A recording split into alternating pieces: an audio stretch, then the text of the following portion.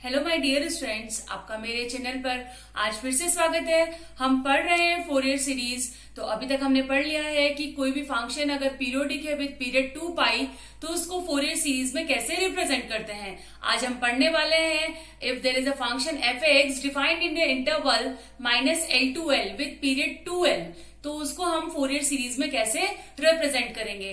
तो इसी के साथ हम एक इंटीग्रेशन बाय पार्ट्स का एक ट्रिकी फॉर्मूला भी देखेंगे, ताकि जो आपका इंटीग्रेशन सॉल्व करने में दिक्कत आती है तो वो थोड़ा आसान हो जाए। तो इसीलिए आप वीडियो को पूरा देखें ताकि आपको अच्छे से समझ में आए। मेरे चैनल पर जो अभी नए हैं वो प्लीज सब्सक्राइब कर लें चैनल को, ताकि मेरे आगे आने वाली वीडियोस की नोटिफिकेशन आपको मोबाइल पर मिलती रहे। तो बिना देर के आप चलते हैं हम। तो आज हम पढ़ने वाले हैं Fourier series for functions having period 2l। ठीक है, तो पहले हमने क्या किया हुआ है, पीरियोडिक फंक्शन विद पीरियड 2 पाई का किया हुआ है। अब हम पढ़ रहे हैं विद पीरियड 2l। l यहाँ पे क्या है, एक कांस्टेंट नंबर है। ठीक है, तो हमारा जो फंक्शन है F x, that is the periodic functions with period 2l। ठीक है, defined in the interval c less than x less than c plus 2l, that means x is lies between c to c plus 2l। तो इस function, इस type के functions को Fourier series में represent करने के लिए पहले हमें क्या करना होगा, जो फंक्शन है इसको हमें कन्वर्ट करना होगा in another function with period 2 pi. ठीक है, तो वो हम देखो कैसे करेंगे। हमें ये जो है हमारा already c less than x less than c plus 2l है। ठीक है, अभी हमारा ये है, हमें कुछ इस तरीके का करना है। यहाँ पे नया वेरिएबल कुछ आ जाए और यहाँ पे d less than d plus 2 pi. ठीक है, तो मतलब सबसे पहले ये 2 पाई हमें कन्वर्ट करना है। तो हम क्या करें, इसके लिए l को डिवाइड कर लें, l नहीं चाहिए हमें, तो c by L less than x by L less than c by L plus 2। ठीक है, अब हमें यहाँ पे क्या चाहिए, 2 पाई। ठीक है, तो पाई से मल्टीप्लाई कर दे थ्रू आउट। सो ये c into pi by L less than x into pi by L less than c pi by L plus 2 pi. ठीक है, तो अब देखो ये 2 पाई हो गया। ये क्या है, सब कांस्टेंट है, कुछ एक नंबर हम इसे ले लेंगे। ये भी सेम नंबर आ रहा है यहाँ पे, तो यहाँ पे क्या कर ले, let c pi by L, ये हमारा क्या हो गया, d नंबर है। तो ये जो है, ये नया वेरिएबल हम z ले सकते हैं। तो क्या हो गया, d less than z less than d plus 2 पाई।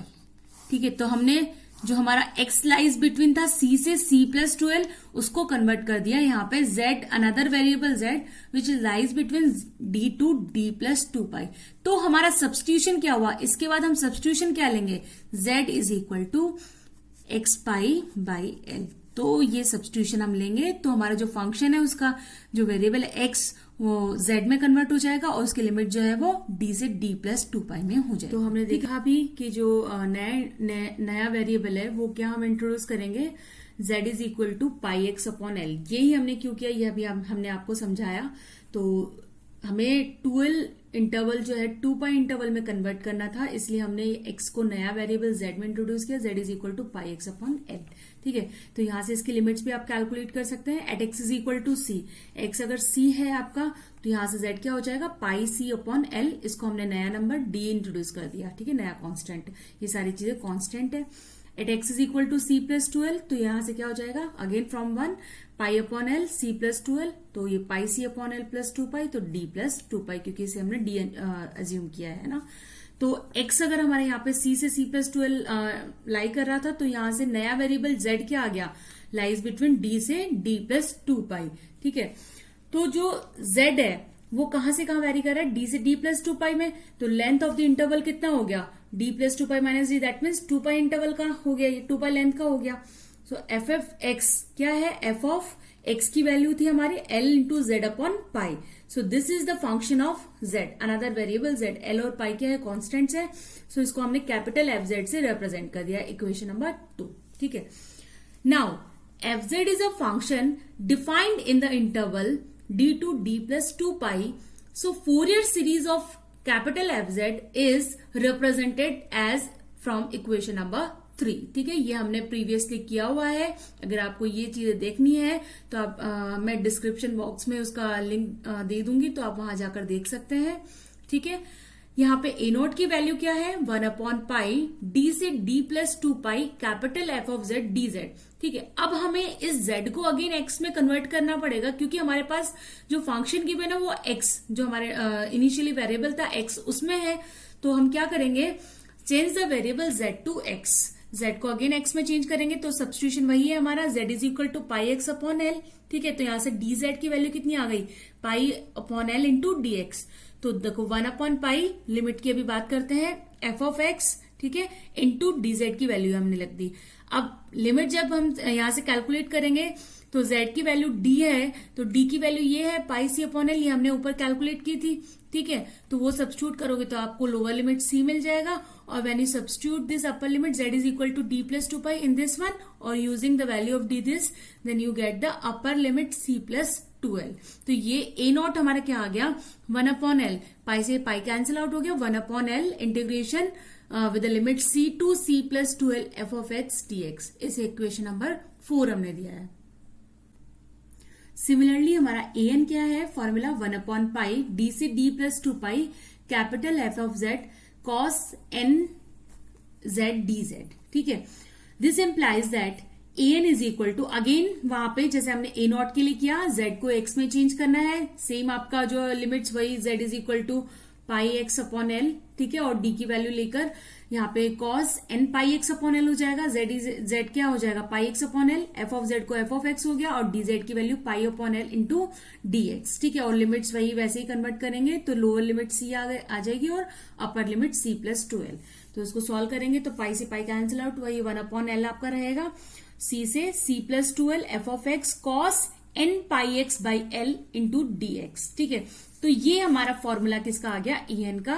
इसको इक्वेशन नंबर 5 से हमने रिप्रेजेंट किया है, n is equal to 1 2 3 and so forth. ठीक है, similarly you can calculate the formula for bn which is equal to 1/L। Same process है, same way में जाएंगे तो सिमिलरली क्या आ जाएगा 1/L integration with the limit c to c plus 2l f of x sine n pi x upon L dx, n is equal to 1 2 3 and so for is equation number 6 हमने दिया है। तो जो हमारा equation number 3 था, जो हमने Fourier series लिखा था, और 4 5 6 क्या है उसके formula a nought an and bn। Hence Fourier series representation for F x with period 2l is, F of x हमारा क्या था capital F of Z, F of Z का हमने फाइंड कर लिया और सेम है वो एफ ऑफ एक्स के, तो एफ ऑफ एक्स का जो कि हमें चाहिए उसका फोरियर सीरीज रिप्रेजेंटेशन क्या हो जाएगा a nought by 2 plus sigma n is equal to 1 to infinity an cos n pi x by L plus bn sine n pi x by L, जहां पे a नॉट an और bn हमने equation number 4 5 और 6 से represent किए हैं। ठीक है, अब हम देखते हैं example. So what is the problem, obtain the Fourier series expansion of F x which is equal to pi minus x by 2 in the interval 0 less than x less than 2। ठीक है, अब सॉल्व करने से पहले सबसे पहले से देखिए आप कि ये किस उसमें आता है, 2 पाई इंटरवल में आएगा या 2l इंटरवल में आएगा। तो यहाँ पे देखो आप, इसका जो इंटरवल गिवन है 0,2, तो यहाँ पे पाई इन्वॉल्व नहीं है, दैट मीन्स ये 2 पाई वाले मेथड से सॉल्व नहीं होगा। तो यहाँ पे ये 2l वाले मेथड जो कि अभी हमने मेथड डिस्कस किया है उसी से ये प्रॉब्लम सॉल्व होगा। ठीक है, तो सबसे पहले हमें क्या करना होगा, कैपिटल एल की वैल्यू कैलकुलेट करनी पड़ेगी कि लेंथ ऑफ द इंटरवल क्या है यहाँ पे। ठीक है, so here length of the interval is 2l। ठीक है, 2l इज इक्वल टू 2। यहाँ पे लेंथ कैसे पता चलेगा आपको, जो अपर लिमिट है उससे लोअर लिमिट को सब्ट्रैक्ट कर दें, 2 minus 0 that is equal to 2। तो 2l की वैल्यू 2 है, तो l की वैल्यू कितनी आ गई हमारी 1। ठीक है, तो Fourier series of F x with period 2 is this one, ये भी हमने डिस्कस किया है। ठीक है, जहां पे a नॉट an और bn जो है वो फॉर्मूला हमने कैलकुलेट किए थे। तो सबसे पहले a नॉट से स्टार्ट करते हैं, a nought is equal to 1/L c to c plus 2l f of x dx। ठीक है, सो 1/1, l की वैल्यू 1 है तो 1 सब्स्टिट्यूट कर दिया हमने, 0 से 2 लिमिट जो है हमारी c से c प्लस 2l, फंक्शन कहां से कहां डिफाइंड है 0 से 2 में डिफाइंड है, तो वो लिमिट्स हमने ले ली, f ऑफ x dx। ठीक है, दिस इज इक्वल टू, फिर हमने एफ ऑफ एक्स की वैल्यू सब्स्टिट्यूट कर दी है pi minus x upon 2 dx। उसके बाद ये सिंपली इंटीग्रेट किया है यहाँ पे, पाई कांस्टेंट है तो पाई एक्स माइनस एक्स का हो जाएगा एक्स स्क्वायर बाई 2, ठीक है। लिमिट्स अप्लाई कर दी 0 to 2, तो लिमिट सब्स्टिट्यूट करने के बाद वैल्यू कितनी आ गई है, pi minus 1। That means A not हमारा क्या कैलकुलेट हुआ है, पाई माइनस 1। ओके, इसको इक्वेशन नंबर 2 दिया है। अब हम कैलकुलेट करेंगे एन। तो एन का फॉर्मूला हमारा होता है 1/L c से c plus 2l f of x cos n pi x by L dx। तो देखो यहाँ पे आप कंफ्यूज मत होना, जो 2 पाई इंटरवल था वहां सिंपली कॉस nx dx था, है ना। और जो है 2l इंटरवल है तो यहाँ पे कॉस के साथ क्या है, n pi x by L into dx, ठीक है। अब अगेन वही l की वैल्यू सब्स्टिट्यूट कर दी हमने, 1/1 हो गया। लिमिट्स हमारी 0 to 2 f of x cos n pi x L की वैल्यू 1 dx, ठीक है। नेक्स्ट स्टेप में क्या किया हमने, एफ एक्स की वैल्यू सब्स्टिट्यूट कर दी यहाँ पे, पाई minus x by 2 cos n pi x dx, ठीक है। अब हम वो फॉर्मूला डिस्कस करते हैं। देखो यहाँ पे, इसलिए हमने कहा था कि आप वीडियोस को जो है वो पूरा देखा करें। ये इंटीग्रेशन बाय पार्ट से होता है, ये हमने पहले भी कई बार यूज किया है, इंटीग्रेशन बाय पार्ट्स, ठीक है।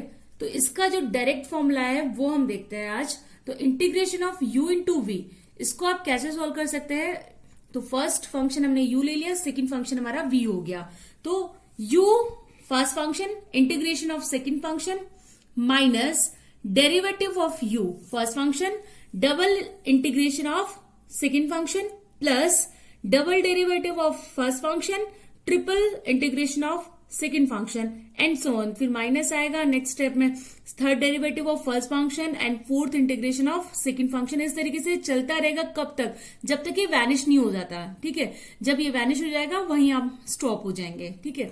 तो ये फॉर्मूला जो है, इससे आप आसानी से जो है प्रॉब्लम्स सॉल्व कर सकते हैं, ठीक है। ये आपको याद करने में भी टिपिकल नहीं है, क्यों, देखो यहां से u, यहाँ पे जीरो डेरिवेटिव भी लिख सकते हो, फिर integration of v, first integration आ गया, उसके बाद आप फर्स्ट डेरिवेटिव लिया है u का, सेकंड इंटीग्रेशन ऑफ v।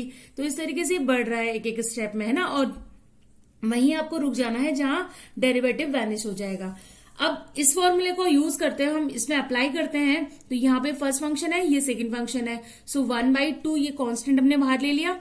तो first function as it is pi minus x cos n pi x का जो है इंटीग्रेशन क्या हो जाएगा, sine n pi x by n pi, ठीक है। n पाई जो है वो इसका करेंगे तो n पाई आता है, वो डिनोमिनेटर में आता है n पाई, माइनस ये माइनस साइन लिया हमने, डेरिवेटिव ऑफ फर्स्ट फंक्शन, तो पाई माइनस एक्स बाई 2 इसका डेरिवेटिव पाई का 0 हो गया, एक्स का जो है -1, तो ये -1, ये 1/2 तो बाहर ले लिया था, पाई माइनस एक्स सिर्फ हमारा फर्स्ट फंक्शन है ना। उसके बाद अब क्या करना है, second integration of second function, ठीक है। तो ये cos n पाई एक्स का डबल इंटीग्रेशन आपको करना है। तो एक इंटीग्रेशन तो आपका ये था sin n pi x upon n पाई, इसका हम इंटीग्रेशन कर दें तो 1/n पाई ये हमने बाहर ले लिया, और साइन का हो जाएगा minus cos n pi x upon n pi, ठीक है। ये हमारा जो आ गया। उसके बाद अब नेक्स्ट स्टेप में जाएंगे, second derivative of first function.